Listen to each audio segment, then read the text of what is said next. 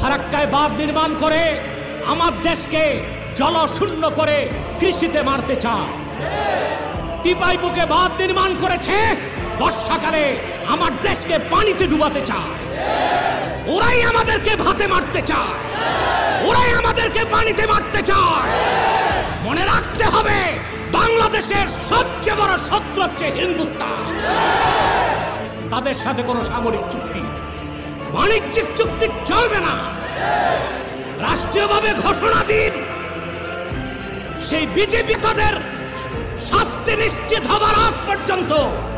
আর ভারতীয় সংসদে নিন্দা, এই ঘটনার জন্য ক্ষমা চাওয়ার আগ পর্যন্ত ভারতের সাথে বাংলাদেশের কোনো সম্পর্ক থাকবে না।